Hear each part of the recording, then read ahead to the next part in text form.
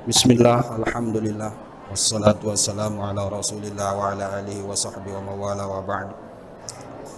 Inna asdaqal hadisi kitabullah wa khairal hadi hadi Muhammadin sallallahu alaihi wasallam wa syarral umuri muhdasatuha wa kulla muhdasatin bid'ah wa kulla bid'atin dolalah. Wa rabbi yassir wa la tu'assir, rabbi tammim bi khair. Qala al-musannifu rahimahullahu ta'ala wa nafa'ana bi ulumihi wa barakatihi fid dharain amin. Islamu Hamzata ila an qala wa mimman udiya billahi Khabbab ibnul Arat, ya. Ya.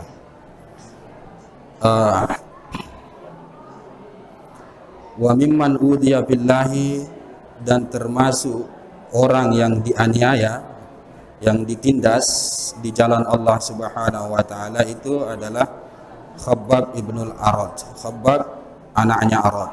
Oke. Siapa? Mukri? Baca. Bisa?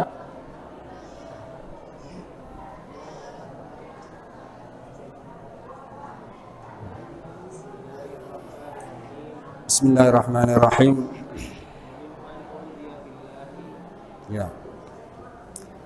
Wa mimman udiya billahi, dan termasuk orang yang dianiaya, ya, yang disakiti billahi di jalan Allah Subhanahu wa taala itu adalah ya Khabbab ibnul Arati. Ya, adalah Khabbab ibnul Arat. Oke. Subiya fil jahiliyati, beliau ini ditawan, ya, ditahan fil jahiliyati, pada zaman jahiliyah. Fashtarahu Ummu Anmar, kemudian fashtarathu, kemudian dia dibeli oleh Ummu Anmar. Jadi dari kecil memang beliau ini sudah jadi budak, kurang lebih seperti itu. Jadi zaman jahiliyah. Kalau saya tidak salah beliau berasal daripada Bani Tamim asalnya. Jadi kecil memang diperbudak, dijual di Makkah, kemudian di Makkah Ummu Anmar membelinya. Oke. Wa kana haddadan, dan adalah beliau ini orang yang pandai besi. Jadi salah satu kemahiran atau keahlian beliau adalah dalam hal menempa besi, membuat pedang. Bahkan saking hebatnya beliau dalam membuat pedang itu sampai-sampai Ummu Anmar membuatkan dia satu tempat, yang tempat itu dijadikan sebagai gudang lah, kurang lebih seperti itu, tempat dia menempa besi kemudian dijual. Salah satu dalam sejarah yang tempatnya itu sering didatangi oleh As bin Wa'il. As bin Wa'il ini kalau beli benda tajam biasanya dia akan datang kepada Khabbab bin Arat. Oke. Wa kana an-nabiyyu, dan adalah Nabi sallallahu alaihi wasallam ya'lafuhu qabla an-nubuwati, ya, itu suka kepadanya, kurang lebih seperti itu. Ya, senang kepadanya, berkasih sayang kepadanya qabla an-nubuwati, sebelum kenabian. Jadi dia ada hubungan erat dengan Rasul sallallahu alaihi wasallam sebelum Rasul sallallahu alaihi wasallam diangkat menjadi nabi. Oke. Ya. Falamma, dan ketika syarrafahullahu biha, Allah memuliakan Rasul sallallahu alaihi wasallam biha, dengannya, dengan kenabian, aslama Khabbab, maka dia pun langsung masuk Islam. Ya, karena memang teman dekatnya Rasul sallallahu alaihi wasallam. Jadi bahkan dalam riwayat lain dikatakan bahwa sebelum Rasul sallallahu alaihi wasallam menetapkan markas sebagai tempat dakwah beliau di Darul Arqam yang terkenal dalam sejarah, itu Khabbab bin Arat sudah masuk Islam pada saat itu. Di antara Ar-Ra'ilul Awwal, orang-orang yang dahulu masuk Islam. Dia adalah temannya Rasul sallallahu alaihi wasallam. Oke. Ya, fakanat maulatuhu, dan adalah tuannya Ummu Anmar tadi, tu'adzibuhu bin nar, menganiaya dia, menyiksa dia dengan api. Jadi dibakar, kurang lebih seperti itu. Pernah satu ketika tuannya itu meletakkan besi panas di kepalanya, di kepala Khabbab bin Arat, dan ini salah satu karomah beliau lah. Nah, pada saat itu kemudian dia mengadu kepada Rasul sallallahu alaihi wasallam bahwa dia diperlakukan begini. Kata Rasul sallallahu alaihi wasallam, Allahumma ansur Khabbaba. Ya Allah, tolonglah si Khabbab ini. Nah, keesokan harinya ternyata bekas kena besi oleh tuannya itu justru di kepala tuannya itu sendiri. Nah, dia tidak pada kepala dia. Itu salah satu karamah beliau lah, kurang lebih seperti itu. Oke. Nah, ya. Fatati, kemudian dia mendatangi, dia membawa ini si tuannya bil hadidatil muhmati, dengan besi yang dipanaskan, fataja'aluha ala dhahrihi, kemudian ia letakkan besi tersebut di atas punggungnya, liyakfura, agar supaya dia kafir ya pada saat itu. Terus ya, fala yaziduhu dzalika illa imanan, dan tidaklah menambahkan ia yang demikian itu, penganiayaan itu, penyiksaan itu, illa imanan, kecuali semakin beriman kepada Allah Subhanahu wa taala. Semakin dia dianiaya, semakin dia ditindas, justru penindasan itu yang membuat dia semakin beriman kepada Allah Subhanahu wa taala. Rata-rata sahabat kalau diperlakukan seperti itu, justru keimanan dia semakin bertambah. Oke, termasuk Khabbab yang kita sedang berbicara ini. Oke. Waja'ahu Khabbab, ya, dan datang kepadanya, kepada Rasul sallallahu alaihi wasallam, Khabbab marratan, ya, suatu ketika, ila Rasulillah sallallahu alaihi wasallam, kepada Rasul sallallahu alaihi wasallam. Terus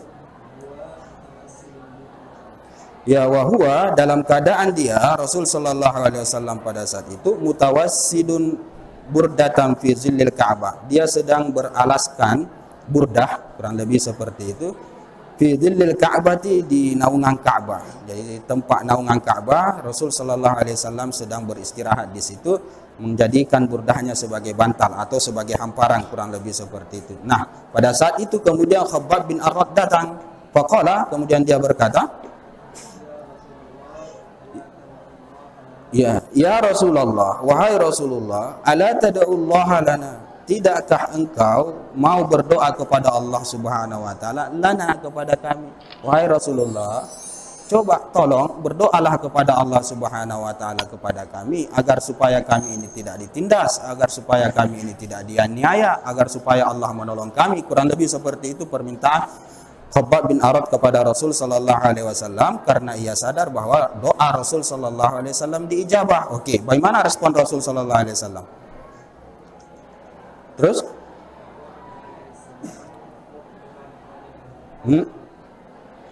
apa ini?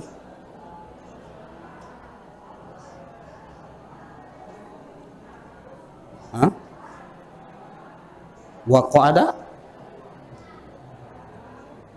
Kenapa ada titiknya ini? Waqa'ada, ya? Oh, astagfirullah, ya. Sini kayak wow. Faqa'ada alaihi salam muhmarran wajhuhu, ya. Duduk Rasul sallallahu alaihi wasallam pada saat itu muhmarran, dalam keadaan merah mukanya ketika dia mendengar permintaan daripada Khabbab bin Arad. Oke. Terus ya, faqala, kemudian Rasul sallallahu alaihi wasallam berkata pada saat itu, innahu, sesungguhnya, karena min qablikum, man qablakum, bisa juga ada orang-orang sebelum kalian, atau orang-orang sebelum kalian itu ada. Terus la yumshatu ahaduhum bi amsyatil hadidi, itu disisir salah satu mereka bi amsyatil hadidi, dengan sisir besi. Maduna azmihi, apa yang selain daripada tulangnya, min lahmin, dari dagingnya, wa asabin, dan ototnya. Itu artinya, maksudnya itu Rasul sallallahu alaihi wasallam sabar saja terhadap penganiayaan orang-orang kafir, sabar saja terhadap penindasan-penindasan mereka dalam rangka menolong agama Allah Subhanahu wa taala. Tak perlulah mengeluh, bahasa kasarnya seperti itu. Tak perlulah tidak puas seperti itu, karena siksaan atau penganiayaan mereka terhadap kalian ini belum ada artinya berbanding dengan umat-umat terdahulu. Umat-umat terdahulu itu dalam rangka menolong agama Allah Subhanahu wa taala, sampai-sampai ada di antara mereka itu badannya disisir pakai besi. Bayangkan itu. dagingnya itu disisir, bukan. Ini bahasanya saja ngeri sekali. Sisir, masukkan baru dagingnya itu terambili, kurang lebih seperti itu. Oke. Ya, wa yud'al, ini lebih parah lagi, wa yud'al minsyaru ala farqi ra'si ahadihim, dan diletakkan gergaji di tengah-tengah kepala mereka, salah satu daripada mereka, fayusyakku, kemudian dia digergaji, dibelah menjadi dua. Itu umat terdahulu. Oke. Ma yasrifu dzalika an dinihi, tidaklah mengelakkan mereka itu, mengalihkan mereka itu an dinihi, daripada agama mereka. Perlakuan yang sadis seperti itu tidak membuat mereka goyah daripada keimanan mereka kepada Allah Subhanahu wa taala. Ya, jadi sabar saja, kurang lebih seperti itu. Nah, ini bukan berarti merupakan suatu ketidakpuasan daripada seorang sahabat jalil yang bernama Khabbab bin Arad. Itu hanya bahasa ya semacam ya, kalau bisa, kurang lebih seperti, kalau bisa minta kepada Allah Subhanahu wa taala agar supaya ditolonglah, kurang lebih seperti itu. Oke. Wala yudhirannallahu ta'ala hadzal amra hatta yasira ar-rakibu min Son'a ila Hadramaut. Wala yudhirannallah, niscaya Allah akan zahirkan, Allah akan tampakkan, Allah akan nyatakan hadzal amra, perkara ini, maksudnya agama ini, risalah ini, hatta yasira ar-rakibu min Son'a ila Hadramaut, sehingga berangkat ar-rakibu, ya para pengembara, orang yang berangkat rombongan, kurang lebih seperti itu, min Son'a, daripada negeri Son'a, ibu kota Yaman sekarang ya, ila Hadramaut, sampai kepada Hadramaut, la yakhafu illallah wa dhi'ba ala ghanami, ia tidak akan takut melainkan Allah Subhanahu wa taala, dan ia tidak takut serigala atas gembalaannya, atas kambing-kambingnya. Maksudnya apa? Maksudnya, kata Rasul sallallahu alaihi wasallam, suatu saat nanti, sabar saja, suatu saat nanti Allah akan zahirkan, akan tampakkan Islam ini, sampai-sampai saking nyatanya Islam, saking zahirnya Islam, saking gemilangnya Islam, orang-orang dari Son'a berangkat ke Hadramaut itu tidak ada yang dia takutkan melainkan Allah Subhanahu wa ta'ala. Artinya aman perjalanan. Kenapa? Karena syariat Islam pada saat itu tegak, syariat Islam pada saat itu berjalan dengan baik. Jadi tidak ada yang ditakuti, tidak ada begal, tidak ada perampok dan lain sebagainya. Karena kenapa? Aman. Mereka tidak berani untuk membegal, tidak berani untuk merampok, karena ada hukuman yang ditegakkan oleh agama Islam itu. Jadi tidak ada yang takuti nanti, dan itu terbukti nanti. Wa dhi'ba ala ghanam, bayangkan, bukan cuma itu, wa dhi'ba, dan tidak mereka takut terhadap serigala atas gembalaannya. Tidak perlu, jadi gembala itu dilepas begitu saja, serigala yang akan memansanya itu tidak akan ada, tidak akan pernah ada serigala yang akan memangsa gembala mereka, karena agama Islam pada saat itu tegak setegak-tegaknya, dijalankan dengan benar. Semua orang takut kepada Allah Subhanahu wa ta'ala. Jadi tidak perlu takut, hatta hewan sekalipun itu tidak perlu ditakutkan, karena memang dalam beberapa riwayat dikatakan, man khafallaha khafa anhu kullu syai'. Siapa yang takut kepada Allah, siapa yang menjalankan agama Allah, maka akan takut kepadanya segala sesuatu. Hatta binatang pun takut, kurang lebih seperti itu. Nah, itu masalahnya, kalau tidak ada ketakutan kepada Allah, justru kita yang takut kepada binatang. Sebenarnya binatang itu menyadari, dia bisa tahu, dia bisa menilai aura mana di antara manusia ini yang baik dan yang tidak baik. Mana yang taat kepada Allah Subhanahu wa taala, mana yang tidak taat kepada Allah Subhanahu wa taala. Ada seorang ulama lupa saya namanya. Itu di negeri Mesir dia ditangkap, ulama tersebut. Entah apa masalahnya, yang jelasnya ditangkap seorang ulama besar. Kemudian diletakkan pada kandang macan. Mau dibunuh lah, kurang lebih seperti itu. Diletakkan pada kandang macan dia. Orang-orang pada saat itu melihat itu ngeri sekali. Jadi raja ini raja yang zalim, yang tangkap ini. Jadi masyarakat pada saat itu, ngeri sekali ini dimakan ini dan lain sebagainya. Ini mereka tunggu-tunggu ini kejam sekali rajanya. Dia santai saja, ulama itu santai saja. Akhirnya dibuka gerbang singa, langsung keluar singa tersebut. Tambah merinding masyarakat di situ. Bahaya nih mendekat.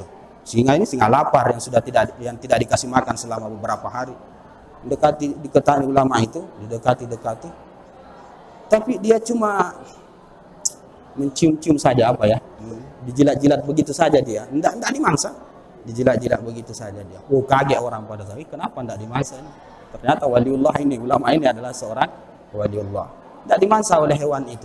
Enggak berani dia, karena dia tahu bahwa ulama ini, orang yang di depannya ini adalah orang yang dekat dengan Allah Subhanahu wa taala. Masyarakat tambah takjub melihat peristiwa itu. Kenapa enggak dimangsa ini? Padahal ini singa lapar ini. Jadi setelah dilerai, simpang kembali, dibebaskan, orang-orang pada saat itu bertanya, apa yang ada dalam pikiranmu ketika singa itu mendekatimu itu?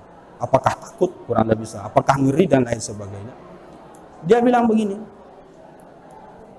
tidak ada yang aku takutkan, tidak ada yang dalam kepalaku, tidak ada yang aku pikirkan pada saat itu, melainkan aku berpikir apakah liurnya itu najis atau tidak. Itu katanya. Itu yang di kepalanya. Liurnya yang menjilat-jilat dia itu, dia berpikir ini najis atau tidak ini. Itu saja yang dia pikirkan.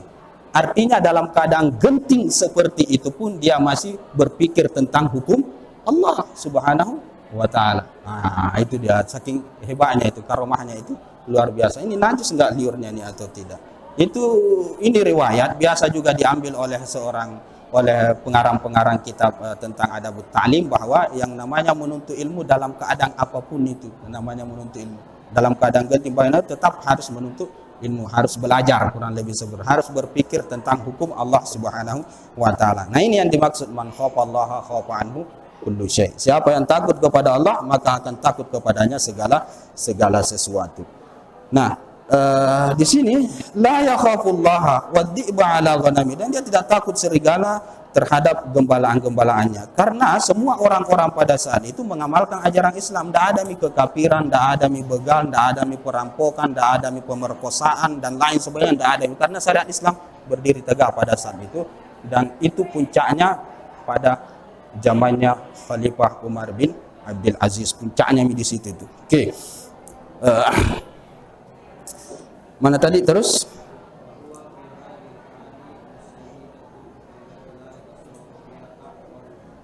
Ya.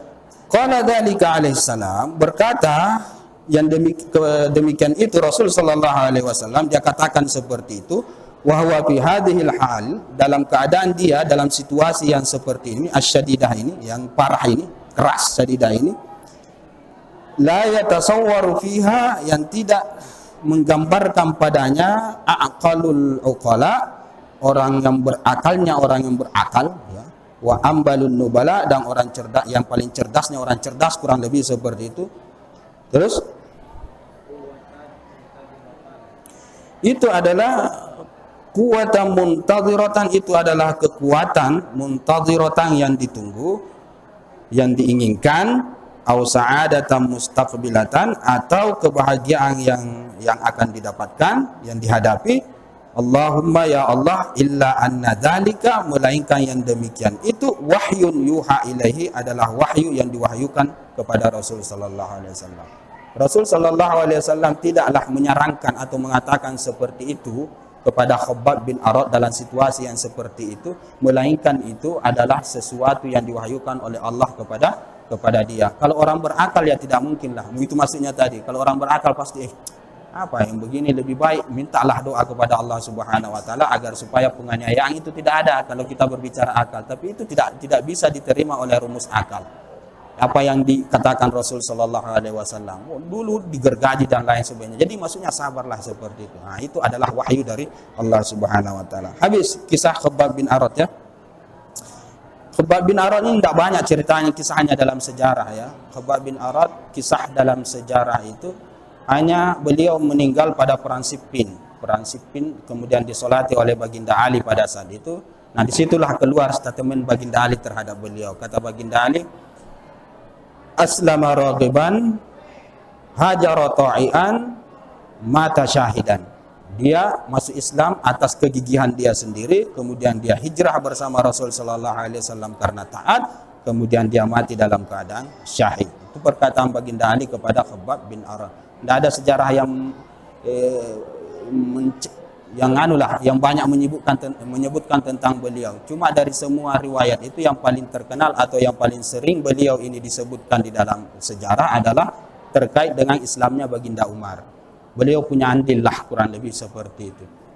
Kenapa? Karena Baginda Umar itu dalam anunya waktu mau masuk Islam itu dia hunus pedangnya kemudian menuju Rasul sallallahu alaihi wasallam, mau dibunuh oleh Rasul sallallahu kurang lebih seperti di perjalanan kemudian berpapasan dengan Nuaim bin Abdullah. Kata Nuaim bin Abdullah pada beliau, "Mau kemana kamu Umar?" Katanya, "Aku mau bunuh Rasul sallallahu alaihi wasallam." Kata Nuaim, "Boro-boro mau bunuh Rasul sallallahu alaihi wasallam yang menyebabkan semua orang murtad. Isi rumahmu sendiri itu, keluarga dekatmu sendiri itu sudah ada yang murtad. Jadi janganlah ngurusin orang," kurang lebih seperti itu. Kaget dia, Baginda Umar. Memangnya ada keluarga saya yang sudah murtad? Murtad versi dia ya, bukan murtad maksudnya murtad. Ada keluarga saya yang murtad. Kata Nuaim, "Oh itu adikmu Fatimah bintil Khattab itu sudah masuk Islam, sudah murtad semua itu dengan suaminya." Oh, marah Baginda Umar pada saya. Ndak teruskan perjalanannya, dia pulang menuju rumah adiknya Fatimah. Nah, dari kejauhan itu dia sudah mendengar sayup-sayup suara dari dalam rumah itu, rumah adiknya itu. Hunai'ah dalam riwayat dikatakan pasami'ah hunai'atan, dia mendengar semacam hunai'ah. Hunai'ah itu kayak apa ya, kayak lantunan-lantunan lah, kurang yang samar-samar, lantunan kayak orang membaca yang samar-samar itu disebut dengan hunai'ah. Kayak suara kayak begitu-begitu. Kan kalau orang baca Al-Quran terdengar dari jauh kan agak samar kan, agak kayak oh apa ini? Nah, itu hunai'ah. Dia dengar oh apa ini? Tapi marah dia pada saat itu karena keluarganya sendiri yang masuk, adiknya sendiri yang murtad kurang lebih. Nah, ternyata orang di dalam rumah itu, adiknya sama suaminya, nah sama ini, 3 orang. Inilah riwayat yang saya maksud. Sama Khabbab bin Arad. Khabbab bin Arad pada saat itu sedang mengajarkan Fatimah dan suaminya ayat Al-Quran. Nah, itu riwayat yang paling masyhur tentang beliau lah yang kita sedang bahas ini. Jadi dari balik dalam rumah itu dia sudah dengar, ini Baginda Umar ini suaranya berteriak-teriak dari luar. Mereka sudah dengar dari dalam. Adiknya tahu kalau ini kakaknya yang datang. Akhirnya dia suruh sembunyi Khabbab ini yang mengajarkan dia Al-Quran. Dia pun sembunyi pada saat itu karena memang dia tahu bahwa Baginda Umar ini keras sekali orangnya, tegas sekali, disiplin sekali, kasar sekali, temperamental orangnya, kurang lebih lah seperti itu, kurang lebih. Jadi sembunyi, dia takut pada saat itu, sembunyi di balik pintu. Masuk Baginda Umar. "Mahadihi Hunai'ah, apa ini yang kalian baca ini? Kalian ini sudah murtad kan?" Kata Fatimah, "Enggak, sembunyi itu. Ada lembaran sedang dia baca, pelajari Al-Quran lah." Dia sembunyi. Suaminya dia tanya, Sa'id bin Zaid, salah satu yang dijanjikan masuk surga, suaminya itu. Dan tak ada, kalian ini sudah murtad. Dan tak ada apa.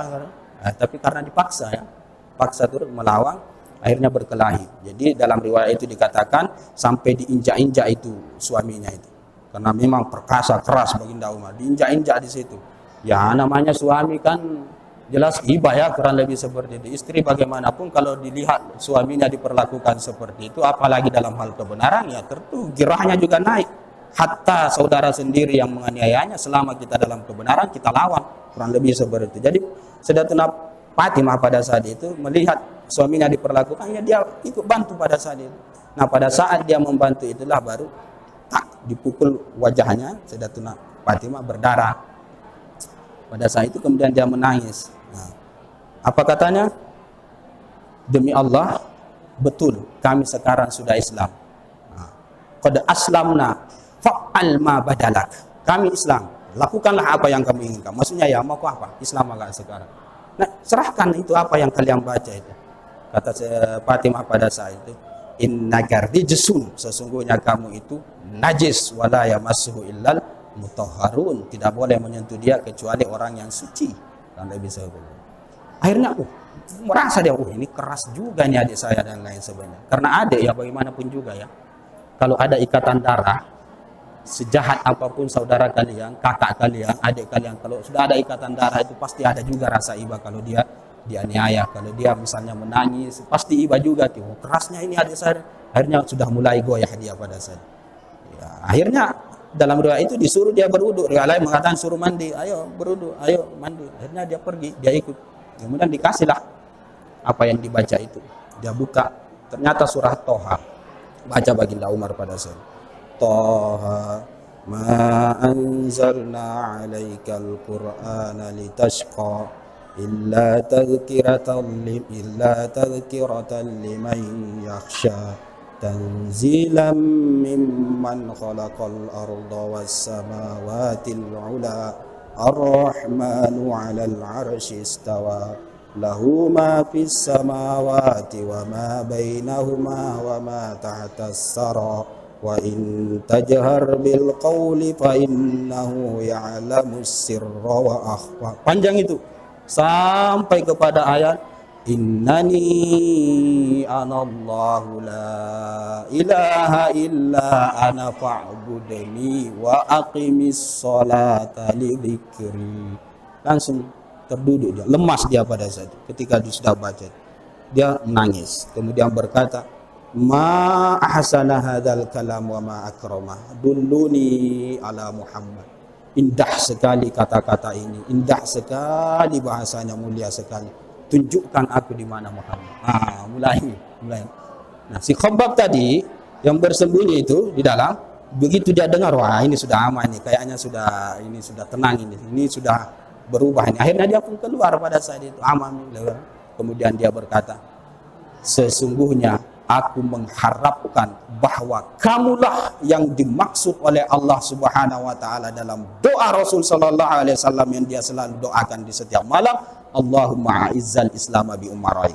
Ya Allah, tegakkanlah, kuatkanlah Islam dengan salah satu daripada dua Umar. Itu doa Rasul sallallahu alaihi wasallam. Yang satu adalah Ammar bin Hisham, Abu Jahal, yang satunya yang dimaksud adalah Umar bin Khattab. Jadi Khabbab berkata pada itu, mudah-mudahan kamu yang dimaksud oleh Allah Subhanahu wa taala, karena sudah ada tanda-tandanya. Akhirnya dia pun dibawa kepada Rasul sallallahu alaihi wasallam. Itu saja kisah yang paling masyhur tentang Khabbab bin Arad dalam sejarah. Bawa kepada Rasul sallallahu alaihi wasallam, menghadap di sana, sampai di sana berapa menit? 8 menit. Panjang itu kisahnya, nantilah kita baca. Yang jelasnya secara kesimpulan sampai di sana, dia bawa masih dengan pedangnya baginda Umar pada saat itu. Sampai di sana, Rasul sallallahu alaihi wasallam sedang berada pada rumahnya Arqam bin Alqam, berkumpul dengan sahabat-sahabat yang lain. Ketuk gedor pintu, gedor oleh baginda Umar. Jadi keluar ada satu orang menuju pada saat itu. Dilihat siapa itu yang ada di luar. Kenapa ini ribut-ribut di luar? Keras sekali caranya mendobrak pintu. Dia lihat begitu, dia lihat, baginda Umar bawa pedang lagi, masuk dia ke dalam, berteriak, masuk kepada sahabat-sahabat yang lain, pada Rasul sallallahu alaihi wasallam. Ini celaka ini, di depan pintu yang buka itu Umar itu. Ternyata orang sadar ini yang datang, dia kira orang mau apa, bawa pedang lagi. Nah, ini bahaya. Tapi siapa? Yang lain itu sudah panik semua. Ini bahaya nih, Umar ini yang datang ini. Nah, tahu tempat dakwah kan rumahnya Arqam bin Arqam itu markas dakwah di awal-awal itu. Jadi syiar Rasul sallallahu alaihi wasallam secara perlahan berdakwah ya di situ kumpul. Bahaya nak tahu tempatnya ini, kalau nak tahu itu nak habisi semua karena memang terkenal baginda Umar itu keperkasaannya. Semuanya panik pada saat itu, tapi ada satu orang yang tidak panik. Siapa dia? Sayyiduna Hamzah Asadullah. Biarkan kata beliau. Ini Asadullah, ini singa Allah, ini yang satu yang bilang. Dan biarkan dia masuk. Suruh masuk. Kalau dia datang baik-baik, kita terima dengan baik-baik. Tapi kalau dia mau macam-macam, dia tinggal pulang dengan namanya. Itu kata Sayyidina Hamzah. Tapi ternyata ini orang datang baik-baik. Pada saat itu dipegang lehernya, kata Rasul sallallahu alaihi wasallam, sampai kapan kamu begini wahai Umar? Nah, pada saat itulah dia ucapkan dua kalimat syahadat. Wah, waktu diucapkan dua kalimat syahadat itu langsung bergemuruh satu ruangan itu. Wah, gembira sekali karena ini orang yang tegas dan ini sudah masuk Islam. Dan itulah awal sejarah dakwah jiharnya Rasul sallallahu alaihi wasallam. Bahkan dia waktu Islamnya di situ mengajak sahabat lain, buat apa ini sembunyi-sembunyi di rumah begini beribadah? Terang-terangan saja kata baginda Umar. Tak perlu sembunyi-sembunyi seperti ini. Aku yang jamin. Saking beraninya dia. Bahkan keluar dia pada saat itu, kemudian berteriak di tengah orang-orang Quraisy pada saat itu, kata beliau, sekarang saya sudah Islam. Siapa yang mau istrinya menjadi janda, dan anaknya menjadi yatim, tunggu saya di balik bukit. Kalau berani, kalau mau halang-halangi ke Islam, kalau mulai ada, ayo tunggu kat balik bukit. Duel kurang lebih itu bahasa anunya lah, bahasa lantangnya baginda Umar. Nah, ada yang berani. Itu sejarah dakwah secara jihadnya Rasulullah sallallahu alaihi wasallam. Hanya itu saja dalam sejarah yang bercerita tentang Khabbab bin Arat. Selebihnya tidak ada banyak riwayat lah tentang beliau ini. Cuma itu saja keislaman baginda Umar dan statement baginda Ali ketika beliau meninggal pada perang Siffin itu. Ini Khabbab bin Arat. Habis ya? Terus habis ini? Oh ya. Tsumma anzalallahu ta'ala, kemudian Allah menurunkan ayat ya tasbitan lil mu'minin, sebagai penguat ya, tasbit, penguat bagi orang-orang yang beriman pada saat itu. Awwala suratil Ankabut, di awal surah daripada surah Al-Ankabut, apa bunyi ayatnya? Alif lam mim. Ahasiban nasu ayyutraku ayyaqulu amanna wa hum la yuftanun? Apakah orang-orang itu mengira bahwasanya mereka dibiarkan untuk mengatakan, untuk mengakui, untuk menganggap amanah kami telah beriman wa hum la yuftanun, dalam keadaan mereka tidak diuji? Istifham ingkari, artinya tidak. Ketika kita sudah mengatakan bahwa ya saya beriman, maka tunggu ujian Allah. Karena begitu, idza ahabballahu 'abdan ibtalahu, apabila Allah suka kepada seseorang, maka dia akan uji. Pasti ada fitnah. Yuftanun, mereka pasti akan difitnah, mereka pasti akan diuji. Tidak dibiarkan untuk mengatakan bahwa kami ini beriman. Jadi ada saja ujian bagi mereka yang beriman, bagi mereka yang sudah makamnya semakin tinggi, ujian juga kepada dia akan semakin berat. Walaqad, terus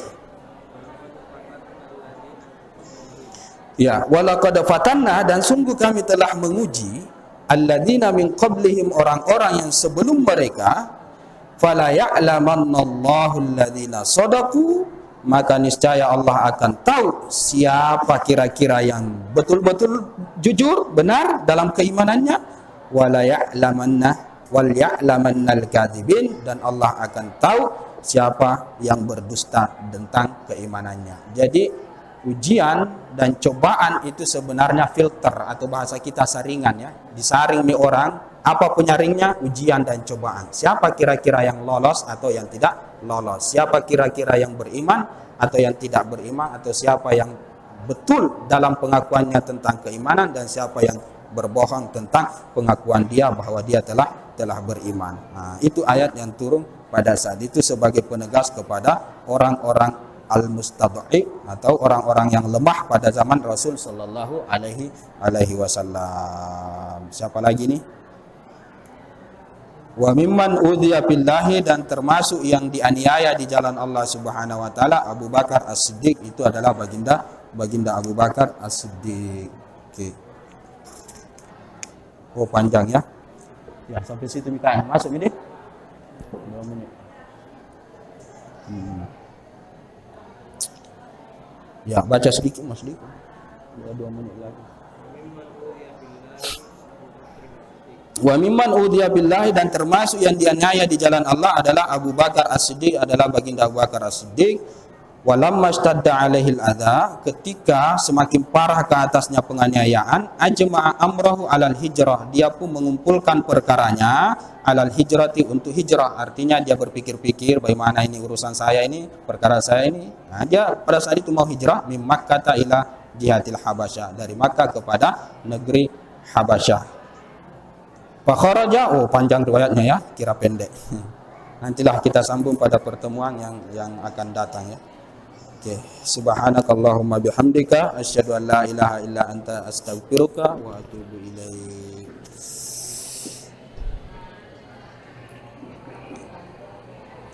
Dulu ya, kita baca Fatihah dulu. Niatnya sesuai niat saya sajalah, gitu ya. Cuman yang sini yang hadir baca Fatihah ikut niat saya saja, gitu. Satu. Kemudian yang kedua adalah niat kalian sendiri. Salihah ulama Nabi sallallahu alaihi wasallam hadratin Nabi Mustafa sallallahu alaihi wasallam wa alihi kiram dan jami'ul muslimin wal muslimat wa mu'minatil ahya'i minhum khususan ala hadina bisirul Fatihah.